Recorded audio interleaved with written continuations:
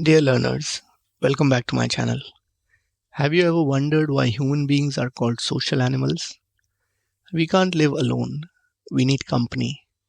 And that company is like a double-edged sword because it can result in both quarrel and cooperation. क्या आपने कभी सोचा है कि इंसानों को सोशल एनिमल्स या सामाजिक प्राणी क्यों कहा जाता है? क्योंकि हम अकेले नहीं रह सकते. हमें कंपनी या साथ की जरूरत होती है.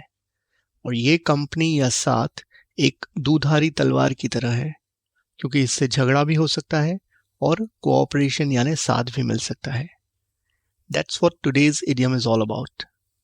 एक हाथ से ताली नहीं बजती. एक means one, हाथ is the Hindi word for hand, ताली बजाना means to clap.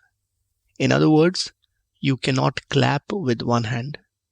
It is the Hindi equivalent of the English idiom, it takes two to quarrel or it takes two to tango.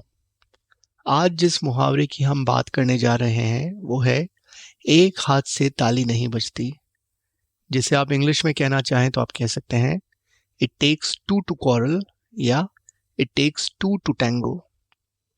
It takes two to quarrel का मतलब है झगड़ा करने के लिए दो लोगों की जरूरत होती है.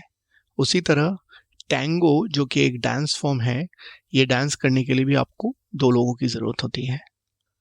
This idiom in Hindi is generally used in the negative sense when you put the blame not just on one person but on the other one as well.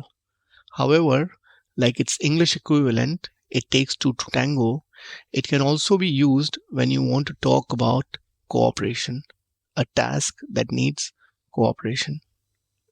One more Hindi idiom that comes to my mind, which is very similar to this one, is ek se bhale do, for which in English you can say two heads are better than one.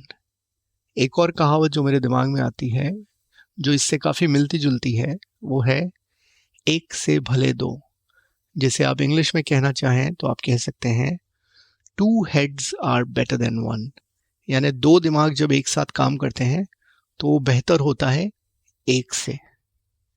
I would like to end by saying, choose your company wisely so that there is more of cooperation and less of quarrel. As always, do not forget to share these idioms and proverbs with others, and until next time, keep learning.